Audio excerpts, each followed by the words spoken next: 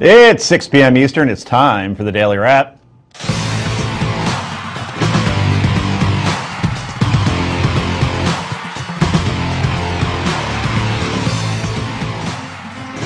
And welcome to the show. I'm Joe Concha with my co-host, Mr. Rick Ungar, is here this evening, as always. And joining us tonight, former head of LaShawn McCoy fan club. Former, I should say.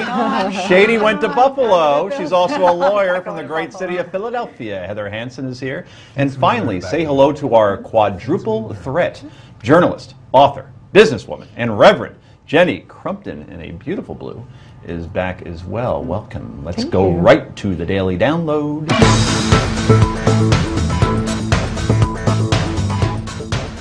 Well, one day after former Secretary of State Hillary Clinton's press conference discussing why she used a personal email account to conduct state business, more questions than answers remain. The Associated Press obviously was not satisfied with Mrs. Clinton's disclosures, is now suing the State Department to gain access to her infamous email server, saying in part, and we quote, "After careful deliberation and exhausting our other options, the Associated Press is taking the necessary legal steps to gain access to these important documents, which will shed light on actions by the State Department and former Secretary Clinton, a presumptive 2016 presidential candidate, during some of the most significant issues of our time. The press is a proxy for the people, and AP will continue its pursuit of vital information that's in the public interest through this action and future open records requests." Perhaps part of the AP and other journalist frustrations stem from the fact that A, Mrs. Clinton says she deleted 32,000 emails that she deemed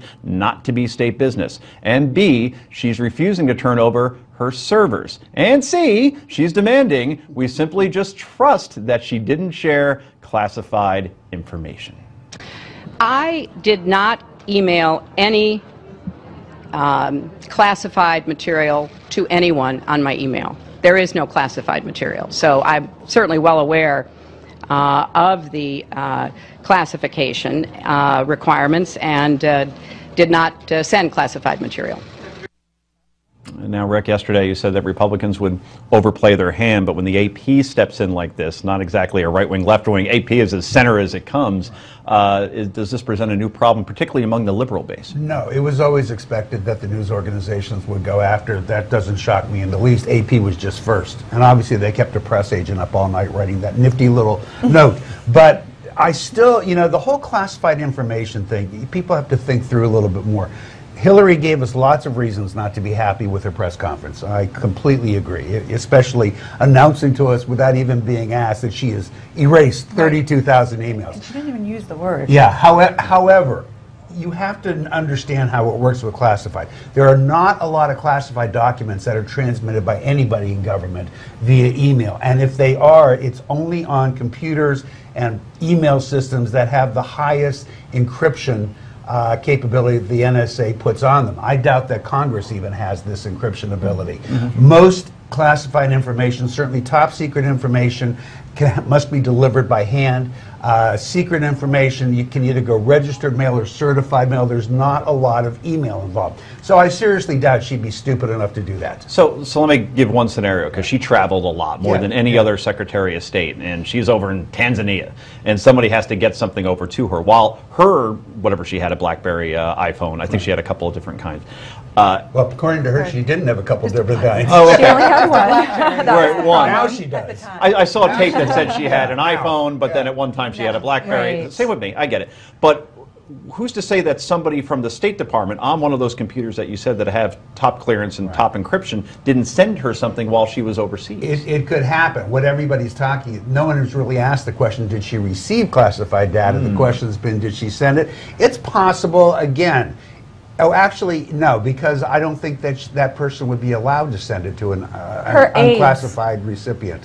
Her Unlikely. aides were a big part of the transaction. I don't think that any of this is the major issue. If you read the complaint that the AP filed today, that has so many nuggets in there about things they have been looking for since 2010 Right. That's what that they're she really has refused to give up. Yeah. And it includes whether or not Huma Aberdeen was a special government employee, something that Senator Grassley is already looking into. It also included some some of the deals with BAE, which was a defense contractor, and all of these things. You know, when her attorneys talked about the process that they went through in order to get these emails, they said that they put certain names into a search. They never put Huma's name in there. Right. They never Well, put. we don't know if they did or not. Well, it's not listed. They it's not on the listed. list? They Okay. listed what they did, and there's a lot of things that the AP had requested that they did not look for. Yeah, Jenny, that we'll get to you guys in a moment. We have Congressman Peter Hoekstra is on with us right now. Congressman, thanks for joining us. We appreciate it. Hey, good to be with you. Thank you. Okay, the Congressman joins us from Washington. We do have a slight delay. We apologize to the folks at home. So, Congressman, as chairman of the House Intelligence Committee, you worked with classified information, and I presume that was periodically conducted over email. So could you imagine a situation where a Secretary of State wouldn't have access to classified info over email? Most likely, or the way this information would be transmitted, I wouldn't get it on my personal email or even my government device, whether it's a phone or my laptop computer. It would be transmitted to another secure facility, and then it would be delivered to me, most likely in a skiff back in my district or in an embassy or those types of things. But, you know, I think the information here is, you know, once you have that information and it moves from a document, an email, or whatever, and it moves into your brain, into your head, was that content ever discussed in email, as she is then referencing data that may have been classified, may have been secret or whatever, in some of the other emails that she would have had with her contemporaries at DOD and some of the embassies or those kinds of things? Congressman, it's Rick Ungar. I so appreciate you explaining it as you did, because it's difficult for people to understand how you guys in Washington really deal with classified information, and you explained it nicely. I do want to ask you this, whether she was on a government, a .gov email system or anything else, the concern you raise about what she might discuss, well, that's not really affected by her having a personal email system. She could have a discussion like that even if she was using her .gov system. She could compromise classified information on a personal system or on a government system. That's absolutely accurate. But the thing that you have here is, you know, you hope, and, you know, my experience would be that if you're going through a government system, number one, you assume that, you know, it is not perfectly secure, but it is going to be more secure than if you've got your own system that you've set up at home. Hey, Pete, I'm sorry. We'll have to end it there. Unfortunately, you have to run to break, but we do want you to stick around for the next block. We will discuss this a bit more. More Daily Wrap in just a moment.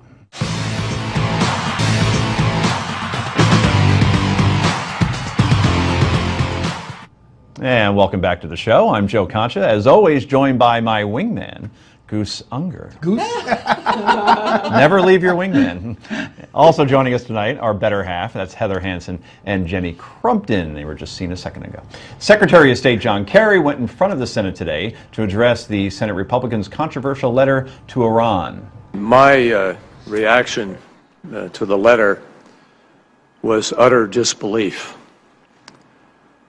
During my 29 years here in the Senate, I never heard of, nor even heard of it being proposed, anything comparable to this. If I had, I can guarantee you, no matter what the issue and no matter who was president, I would have certainly rejected it. So not only did Mr. Kerry slam Senator Tom Cotton and others who signed that letter, but we're now hearing of some Republican members of Congress questioning the decision to send it at all. Senator Bob Corker, who chairs the Senate Foreign Relations Committee, did not sign said letter and says in a Daily Beast interview, and we quote, "I didn't think it was going to further our efforts to get to a place where Congress would play the appropriate role that it should in Iran. I did not think the letter was something that was going to help us get to an outcome that we're all seeking." So let's bring back in Congressman Pete Hoekstra. Mr. Hoekstra, thanks for joining us again from Washington. We appreciate it. Yep. You heard the Secretary. Is he on point, and did the GOP make a major mistake politically? I don't think he is on point. Number one, it is not unprecedented. I believe before we went to war with Saddam Hussein, We saw David Bonnier and Representative McDermott actually visit Iraq.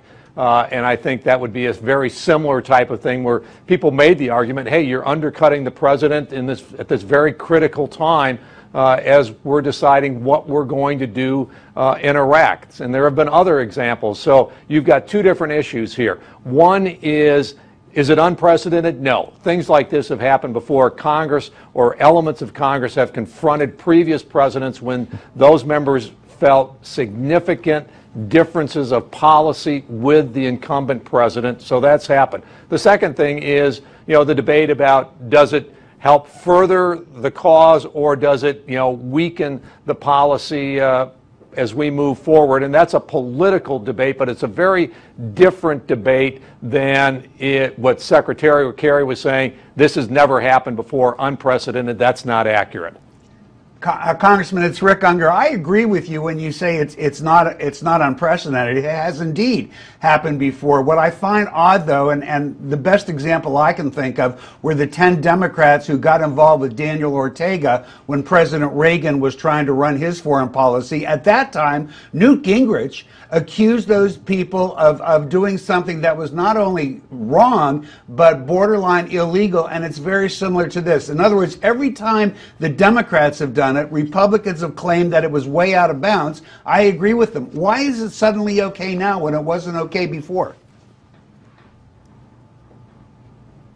Well, I'm not sure that you're going to find that any of these 46 members who signed the letter were around then, but this is what goes around comes around in politics, and you got to be very, very careful. The bottom line, what I think this shows, is how broken the foreign policy apparatus and the mechanisms have become here in America.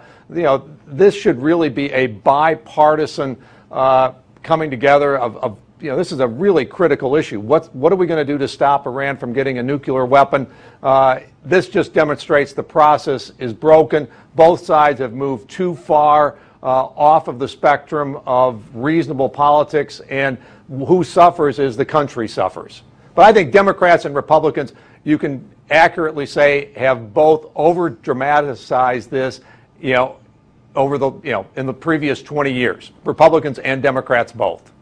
Congressman, we appreciate your thoughts on this and your candor, quite frankly. You don't see that very often in these sort of interviews. So thanks for joining us, and enjoy what looks like a nice day down there in Washington. That's beautiful. Hey, thank you. Thanks. Yeah. This is a first for me. Hey, thanks for having me on. Not a problem. And not too bad here either, we might add. So, Jenny, I want to come to you. By the way, you're appropriately dressed, by the way, for the warm weather. I think we almost hit 60 here. Not yeah, bad. It's fabulous. So we've seen over the last year, particularly, that the president has been going at it alone with executive orders. And does that tone that's been set now, is that kind of emboldening Congress to say, okay, if he's going to do that, now we're going to do it? Rick put it correctly where he says it's almost two wrongs making a right, that if the president goes it alone, we're going to go at it alone, and no one's working together. It's almost unsettling to watch. Look, I cannot imagine a situation as important and critical as making sure that Iran does not get nuclear weapons. This is a very serious situation, and there were Republicans today being interviewed saying that this was a lighthearted and cheeky letter that they sent to the Iranian leaders. Do you think it had emotion cons in it? Actually, it was, I'm sorry? Do you think it had emotion cons in it? In other words, smiley faces? Oh, emoticons. Emoticons? Yeah. I thought they were emotion cons. Emoticons. See, I never used them, so I Well, they do have diverse emoticons now, so it could have been. They started making that argument today. Well, but here's the thing. I mean, this was a full-on threat to the Iranian leaders, saying that once they supposedly get into power in 2016 and have a Republican White House, they will trash this thing on day one. I mean, this is the reason that the United States is starting to look like a circus. Our foreign policy is not broken. I completely disagree with the congressman that we just interviewed.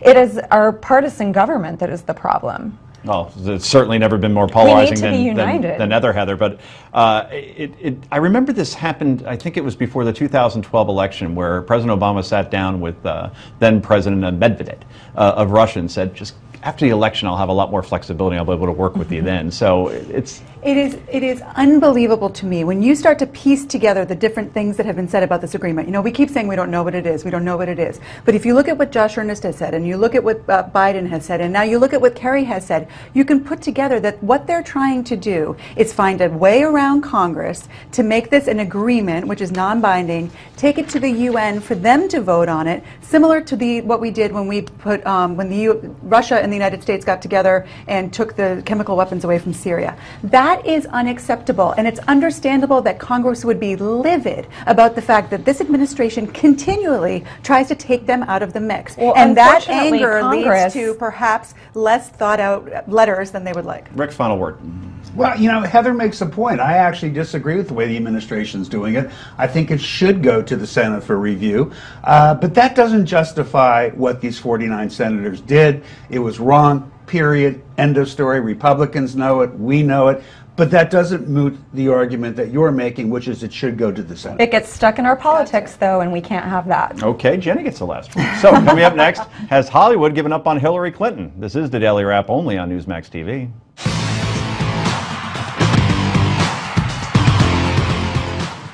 And welcome back to the Daily Wrap. Well, Senator Hillary Clinton still on shaky ground after a not-so-definitive press conference yesterday, and she may be at risk of repeating the 2008 campaign by losing some very important progressive supporters who appear to be in the market for, get this, a Plan B.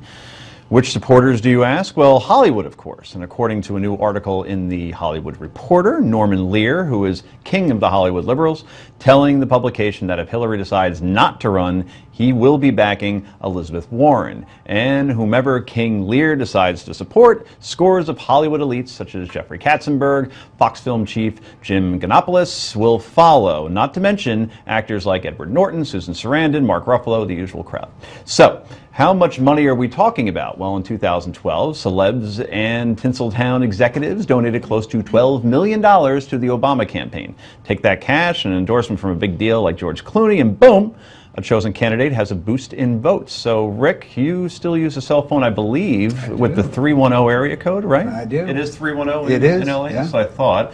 So let's say Hillary stays in the race. Will Hollywood abandon her much like they did in 2008? Because I remember she lost, like David Geffen, for instance, was a key loss. Except here, I disagree with much of what the Hollywood Reporter wrote. For starters, let's go back to 2008. You know, Norman Lear is a very well-respected liberal. All in the Family? In Hollywood. All in the Family, the Jeffersons, on and on and on. But Norman Lear is not one of the larger political contributors to Democratic campaigns. The two biggest contributors in Hollywood are gentlemen named Chaim Saban and Stephen Bing. The two of them in 2008, when people like Jeffrey Katzenberg, Norman Lear, and others were supporting Barack Obama, they were still supporting Hillary Clinton. So there is no common thing that happens there. I can't tell you who people in Hollywood will support if Hillary were to not run. But if she's running, the big money in Hollywood is going to be there for her. Trust me when I tell you that you could add up all of Hollywood, and they don't come close to Bing and Saban. That's interesting. Heather, you're a stunt double for Jennifer Garner. Yes. Right? Those Capital One commercials. Yeah. Yeah. So Absolutely. share your Hollywood insight on this. You know, I don't have much Hollywood insight, except that I do think that Elizabeth Warren isn't necessarily the next best choice. I know that's what the Hollywood Reporter said, but, you know, given that this election is going to be all about foreign policy, without a doubt, she has not spoken on foreign policy. She runs from the question when it's asked of her. So I think that the Democrats are going to have to really look better than her to find somebody who can fill Hillary's shoes if she doesn't decide to run. Who's your plan B, Jenny? I have a feeling you may lean Democrat in presidential elections. I actually don't. You know, I'm pegged that way, but I'm very open-minded about voting, and I've voted very different ways in the previous decades. But, you know, I think what we're really looking at here is name recognition that is the prize. You know, a popular celebrity getting behind your campaign is a big deal. And, you know, back in 2008, there was a much tighter race between Hillary and Barack Obama. So that was a very different scenario. I mean, I think now everybody really needs to revive Hillary, and I think that, you know, whatever happens, the biggest, much bigger than campaign finance, 'cause she can get that a lot of different places, is the pop culture name recognition and mobilizing millennials and different types of target audiences that only celebrities can. See, I actually don't agree with that. I don't think anybody votes because a celebrity has a candidate. It's the money that matters. It's not because a celebrity has a candidate, it's because a celebrity is the mouthpiece for that candidate's talking points and for their policy. When so many times, you know, younger people will not, you know, really pay attention to politics. They're not going to, I mean, there's a lot of different demographics that don't really speak that political language. Yeah. If there's a celebrity boiling it down to their daily lives and what the policies mean for them as a certain generation, then it makes a big difference. And I think the biggest celebrities that Hillary has are Bill and Chelsea, right? I mean, in many ways, Chelsea's they're huge. going to be the talking people for both of them on either end. When you talk about the younger people, I think she definitely knows how to speak to I them. am all for Chelsea in 2016 personally, because she's doing amazing things in the world. So Yeah, and she actually has a much lesser problems as far as emails and all that stuff as well. But She has remember, some she's time. doing those things in She's- the world. she's We're at the pure. Clinton At the Global Clinton- and there's going to Initiative. be so many questions about So- that. But Bill also, I mean, when Hillary talks, she still says we. So I think that, you know, if you take away Tinseltown, who's going to be the spokespeople for her? It's going to be those two, really, bringing it in. I'm not arguing that. I'm with you. I think those are Hillary's two biggest assets. you know, but look, she's made a tremendous mistake, and we all realize that. Hollywood realizes that, the political establishment realizes that, and so does the rest of America. But average voters are much more forgiving. They're going to wait and see what happens before they make a judgment and knock her out of this race. So, but I do think that Elizabeth Warren, you know, she's a little soft on foreign policy, but she hasn't come out yet. She hasn't really come into her own. Yeah, she's She come out. can't She speak She from- can't win. And she can't win. She I love doesn't. her. I How think has she she's come the out? best. But she hasn't. We don't know who She's she not is. running for Right. president. No, Well, we all know who But she she's is. very That's strong why. on women's issues, and that's No, a big voting again, bloc, love- and there I are a love lot her. of women It's- across the country Yeah, who are I very love her. familiar. She But can't women win. want good people who are good with foreign policy Yeah. as well. I love And her, she's but not. she's not ready For to be sure. president. Well, I don't think we know yet. Yep, well, we still got 21 months to get to know all the candidates if they actually come about. More Daily Wrap next on Daily Newsmax TV.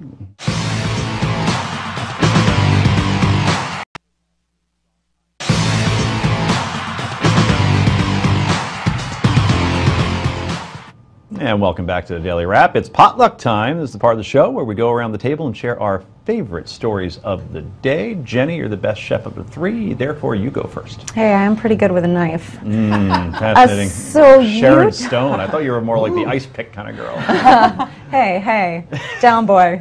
Anyway, Utah's Senate has just passed a measure that will allow firing squads to carry out the death penalty in that state when lethal injections are not available or are not working.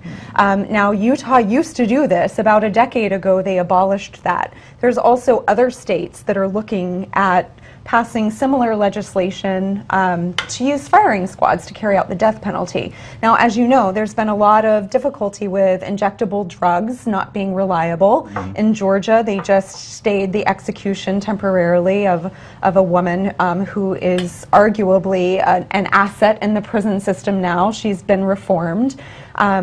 But drugs, they go awry a lot, we know that. But going back to a firing squad is absolutely barbaric. And if we pretend to be a mouthpiece for, you know, civility in America, is this barbarism? Is this retreat into this type of execution? I'm so a surprised mistake? that drugs don't work well. I mean, if you just give somebody a whole bunch of sleeping pills, I mean, it's got to work, right? I mean, Well, why don't drugs work? I don't know. I mean, you look at the right to die legislation for people who have, you know, terminal illnesses, and in that case, the drugs can. I don't know the answer Right. to that. What I think injection? it's going to have people looking much more closely at the death penalty, because when you have to look at it from a firing squad perspective as opposed to the lethal injection, I think it makes it more difficult to. I mean, that's Sit cruel with. and unusual. If your concern is civility, which I think it should be, then you should do away with the death penalty altogether. 'Cause Well, there's agreed. absolutely nothing about it that's civil. There's nothing that you know works what? But about here's it the thing. either. Here's the thing. When you watch the Boston bomber trial,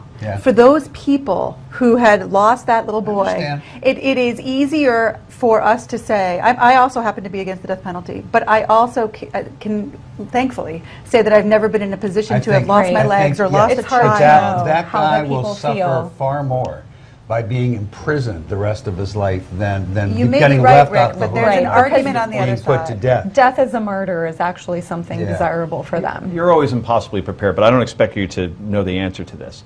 The execution itself by the firing squad, I mean, will it be with the blindfold and the cigarette and all that stuff? That's what I picture a I cartoon wanna know. a I little love that bit, you asked know? that. Right. It's because it's so outlandish. Under the heading of things I should have thought of earlier, does anybody remember the scene in the original In-Laws, the firing squad scene? Did you ever see that? I've never seen the original. I Well, have not shame on either. you. One of the funniest movies ever made. Alan Alda and Peter Falk are being executed. It's so funny. I should have thought of it to bring it up. Okay. But yeah, I mean, but the problem with drugs, by the way, the drugs that are prescribed under state laws, they're having trouble getting. They Because don't other make countries them. don't do it. That's Because right. other Okay. countries So don't. nobody wants And to make it. our companies who produce those Yeah. drugs also don't quite have it right yet. But you know, look, studies show that the death penalty doesn't deter people from it doesn't. crimes and Yeah, murders it's not a anyway. deterrent, So. but it might be retribution. And on that note, to a slightly more We've moved sunny on from topic, the- Heather Hansen, for Sunny your some people, Yes, bring for it up. sure. There's a huge bill that was introduced yesterday, bipartisan bill to totally reform medical marijuana and really marijuana law here in the country. It's Rand Paul and Cory Booker who are presenting it, and it will change. It will make in the states where medical marijuana is legal, it will make marijuana legal. Really? It's also going to change so that there will be banks, because one of the big issues for people who deal in marijuana legally is that their banks won't take their money because of federal law. So there's a lot of issues that this bill is going to overcome. I think that public opinion is very much in favor of this, but I do have to, it's interesting, I have a lot of family in the DEA. And they are strongly, I know, you better watch it. Moving away. I don't know you. Moving I don't know. away. But they are strongly against it, and they have very good reasons for it. In the Netherlands, when they legalized it, 18 to 25-year-olds, the number who smoked pot doubled, and they have since scaled it back. You're 5 times more likely to have a heart attack after smoking marijuana, according to Harvard. You are more likely to suffer all of the things that you suffer from smoking tobacco, according to Yale. There are the American Medical Association doesn't get behind it in smoking form. Neither does the American Cancer Society. Neither does the American Pediatric Society. So while I think that the public opinion is very much in favor of it, you don't hear a lot of the arguments that are strong against it. because the media doesn't allow it primarily. Right. Because they're so on There's board with conflicting Would you Yay, excuse it's me for 1 free. minute? Oh my. Rick, we know how you feel. Now, what were you But saying? look, I mean, all the more reason to regulate the drug, because we know that so many more people than report or that we know from studies actually use marijuana. I dated a guy that used marijuana. He had to smoke it all day long just Did he to inhale? function. But see, look at that. But here's the thing. I mean, you can do the same thing properties. to yourself with alcohol. People do it anyway. We just need to get it on the market and regulate it. I mean, that's what this bill will do. I'm not so sure that there isn't an argument against it, though. Okay. And on that note, Frick, thanks for the visual. It's, yeah. Marijuana. We certainly appreciate it. It's like a hookah. It's a low value one anyway. Quick break, but don't worry, we have more potluck for you, including my own. This is the Daily Wrap, only on Newsmax TV.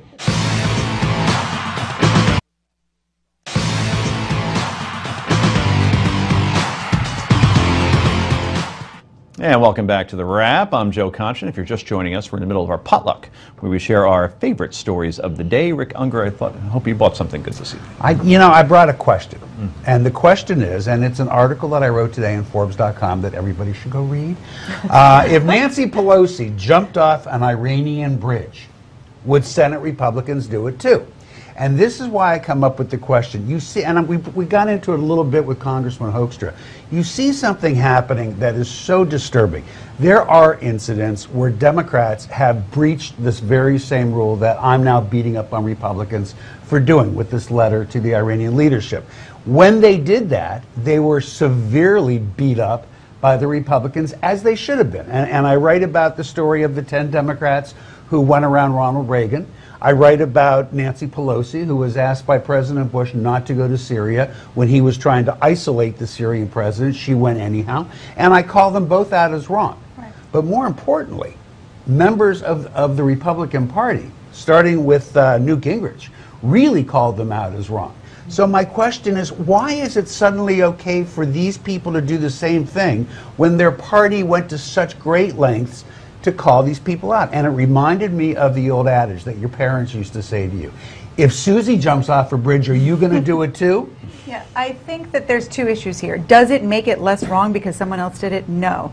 But on Monday, your piece talked about this extraordinary thing that the senators had done, and the fact that it was such a break, and we used to keep politics at the water's edge. And I think that the response is, no, this isn't that extraordinary. Well, no, you've done it too. It's happened 3 times or 4 times out of the life of our Congress. That's pretty extraordinary. And this is the most egregious direct contact. I disagree. I don't know if that's true, actually. Because They've all been you know egregious. what? And actually, I would say it's less egregious because in those other circumstances, those people were negotiating with our enemies. These senators are not. They are not. They are setting out. This is about nuclear no, weapons. We can't misstate it. First of all, Nancy Pelosi was not negotiating with You don't know the what side. she was Yeah, doing. we really You do. don't. Yeah, we do. She went in because I've person, read though. A reports. letter is much And- different than in Right. person. And the Very 10, different. And the a 10 threat. Wait, and A the 10 threatening letter. Democrats were not negotiating with Daniel Ortega. They were actually congratulating him by way of letter for opening up his government. Right. But President Reagan didn't want them to do it. And when Kerry went to... So I will agree with you that one's no more egregious than the other, but I wouldn't say that this is less. Look, This is two very wrongs much don't the make same. a right. Two wrongs Right. don't make a right is a cliche because it's true. But I don't think at the bottom line that the Republicans were thinking about this when they signed that letter. They're thinking about 2016. They have to This stop. is all I about. don't think this is Oh, They have- absolutely, it's I political. think it is It's childish frustration, it's grandstanding. frustration Let me Well, with- you finish can the you point can of my voice your part. frustration But you within can't. the debate You They're cutting process. into your time. see? I know. Rick, See? finish this Let me 15 finish seconds. the point of my potluck, The which ladies is are talking, Rick. which is just to say that we have to stop all these politicians, You're right. both Right, sides, that's right. with the "I can do it because you did it." No, if it's wrong, it's wrong, folks. I don't care what side it's on. Stop doing things that are wrong. The man wrote the column, and now it's time for my turn. So, guess what? We don't live in an age of Aquarius. Oh, no. We live in an age of accountability. What am I talking about? Well, think about what we're seeing in the news, where every week is a special episode, a very special episode, of Caught on Camera. Exhibit A this week, Sigma Alpha Epsilon at the University of Oklahoma, not exactly doing a rendition of 99 bottles of beer in the wall on a black tie party bus. Roll it. There'll never be there'll never be you ain't from a tree, but it'll never stop me. There'll never. And you could probably fill in the blanks on what was being said there. Of course, someone on the bus saw how revolting this chant was and sent it to the appropriate parties by taping it, which anybody can do with one of these suckers, which everybody carries at all times. But if you're the Sooner brothers of SAE, how did you get to such a place where that kind of thought process even exists in 2015? And how did you not know you would be recorded? The technology is everywhere these days. You need proof? Ask probably would have been President Romney about that 47% tape if that didn't come out. Boy, that election could have ended up a little bit differently. Or maybe we should ask Donald Sterling, former owner of the Los Angeles Clippers, if he understands the concept of being recorded anywhere at any time from a phone. Or why don't we ask former Baltimore Ravens running back Ray Rice if cameras aren't everywhere, including elevators in Atlantic City. Or maybe we could ask Justine Sacco, who's the owner of this famous tweet. Remember this? She's a PR executive, by the way, going to Africa. Hope I don't get aged. Just kidding, I'm white. And by the time she landed, she sent that out while she was on a tarmac. By the time she landed in said Africa, she no longer had a job. Here is the point. No matter what you say and no matter what you write, whether it be on Twitter, whether it be in the privacy of your own home, like with Donald Sterling with his girlfriend, it could very well get out. Or if you're on a party bus and you're chanting something like that, maybe somebody has the conscience and the peace of mind, the sense to actually record it and send it to the right people like they did. And that kid that you saw leading that chant, no longer an Oklahoma Sooner. So we now live in the age of accountability, everybody. This is not a discussion, unfortunately, but yet another rant by me. So sorry to eat up all your time, but maybe another time we'll discuss this. Anyway, when we come back, it's time for Yay or Nay. This is the Daily Wrap and it's only on Newsmax TV.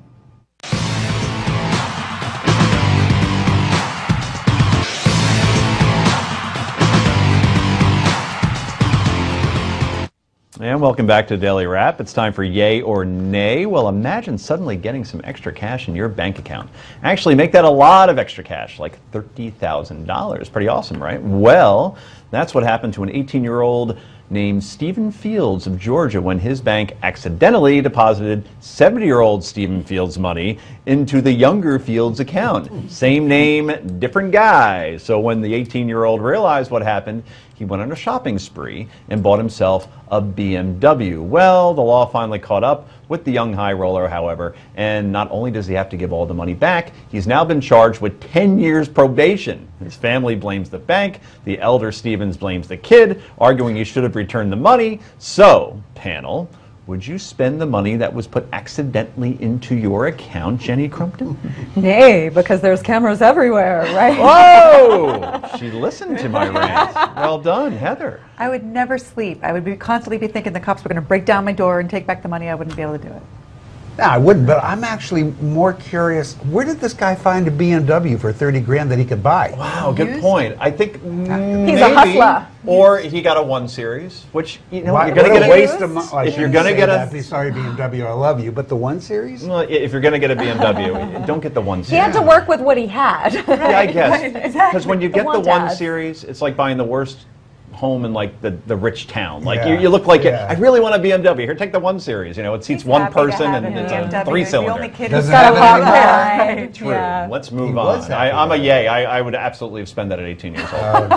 Yeah, you Without don't have a even frontal thinking. lobe yet. Remember, when you're 18. You're You're 18. 18. You do it. Speaking of spending money, do you know how much the first family's Christmas vacation to Hawaii cost taxpayers last year? Try $3,672,798.44. And that just is the transportation alone. Forget the rest of the vacation. So according to Judicial Watch, which was kind enough to do the math for us, the family's trip to Martha's Vineyard last year cost $400,666, and President Obama's fundraising trip along the West Coast cost $2,425,000. You get the point. Add those trips to the annual trip to Hawaii, and the first family's travels cost taxpayers almost $3 million. Their trips to Hawaii the last 3 years have cost a whopping $15,540,515.10. Yeah, we really did do the math here. Keep in mind the numbers are just transportation costs for those personal trips. So, should the first family stop going to Hawaii for Christmas and maybe just go to Disney, Washington, Orlando? Nice short flight. Fly to Hawaii, it cost a lot of money. Show just for symbolic reasons, Rick Ungar. Yay or nay? Our math is screwed up. We just said it cost $3.5 million to go to Hawaii, and then we said the total was $3 million. I don't know. In any event, anybody who takes that job, I don't care how much they spend traveling, they should go wherever they want to go. God bless them. Heather. I disagree. I think that he could, just for the optics, stay home 1 year. I mean, let's look at past totals, but also, look, he's from Hawaii. He needs to go back home. Right. I mean, let's let our presidents, you know, observe their Nobody traditions complained when with Richard their families. Nixon went to California, Yeah. or Ronald Reagan went to Or- California. right, or, like you that's know. not even a thing. Okay, Yeah. and I'm a nay. Just go to Disney. It's quite simple. Oh, it's Disney's it's so lovely. expensive. No, actually, Disney is expensive, but Yeah. the trip wouldn't cost as much to get there. Anyway, let's move on. So we've seen hilarious videos of people tripping, walking, and totally making fools of themselves while texting at the same time. Some of us may even be guilty of it ourselves. That's true. But a 27-year-old woman from Lakeland, Florida, speaking of Florida, should win the prize if there was such an award for what she did. She walked right into the path of an oncoming freight train. She was actually hit by said train and flew into the air, suffering a compound fracture to her right arm and injuring her right leg as well, which ain't funny.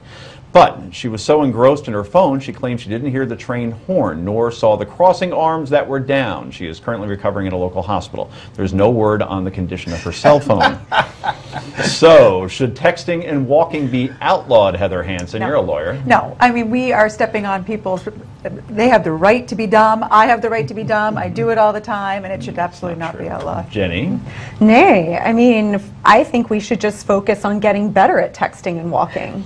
It's a good point. Maybe there's classes You that know, we can start up on a this. couple of hours ago, I would have said nay, but I swear this happened. On my way into the studio today, coming off of my elevator in my apartment building, I was looking down at my phone, and I came within a half of an inch of running over a poor little old woman with a cane. Ooh. So, having been guilty of it today, I think I'm going to have to say yes. I literally walked into one time a glass window, thinking that it wasn't glass. I was You looking gotta down, get looking up. multitasking. You know, you got to get your sensory awareness and Women are it's a better at that breeze. than men. Yeah. I don't want to end this show on a serious note. I don't want to end the show on a serious note, but I see it more and more, and I know we've talked about this on the show. I saw it on the way over here when I was going to the train station. At least 4 people in their cars holding their phones up doing Now that. that should be illegal. Drunk driving That is delays your illegal. reaction by like a second and a half. Yeah. Texting and driving 5 or 6 seconds. No issue. Yep, Absolutely. agreed. Awful. Anyway, panel, you look lovely tonight. Even you, Rick. So thank you for being here. Appreciate it. And that's our show for this evening. Thank you all for tuning in. And tune in tomorrow night at 6 p.m. for more Daily Wrap. And it's right here on Newsmax TV. I'm Joe Concha. Bye-bye.